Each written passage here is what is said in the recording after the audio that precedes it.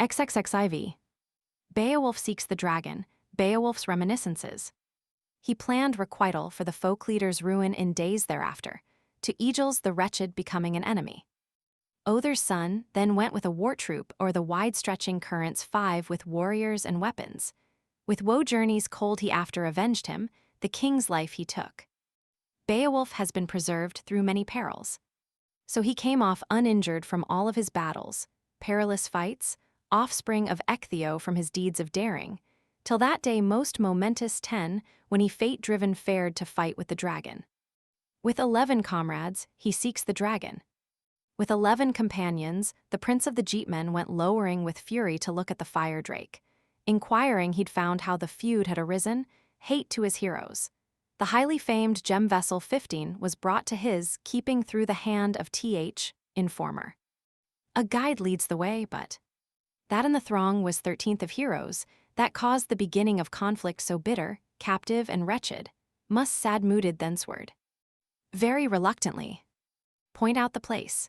He passed then unwillingly 20 to the spot where he knew of the notable cavern, the cave under earth, not far from the ocean, the anger of eddies, which inward was full of jewels and wires.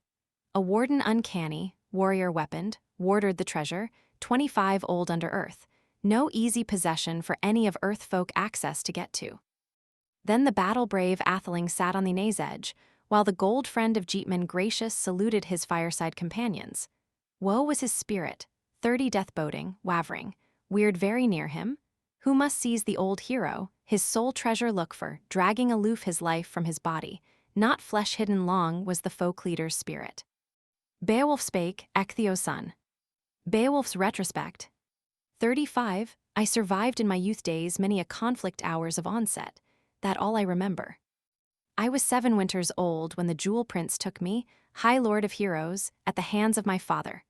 Hrethel the hero king had me in keeping. Hrethel took me when I was 7. 40 gave me treasure and feasting, our kinship remembered, not ever was I any less dear to him. He treated me as a son. Knight in the burrows, than the bairns of his household, Herbald and Heathsin and Hygelac mine. To the eldest, unjustly, by axe of a kinsman 45 was murder bed strewn, since him Heathsin from Hornbow. One of the brothers accidentally kills another. His sheltering chieftain shot with an arrow, erred in his aim and injured his kinsman, one brother the other, with blood-sprinkled spear. No fee could compound for such a calamity. 'Twas a feeless fight, finished in malice, 50 sad to his spirit. The folk prince, however, had to part from existence with vengeance untaken. So to hoar-headed hero, 'tis heavily crushing to live to see his son as he rideth young on the gallows. Then measures he chanteth, 55 a song of sorrow, when his son is hanging for the raven's delight, and aged and hoary, he is unable to offer any assistance. Every morning his offspring's departure is constant recalled.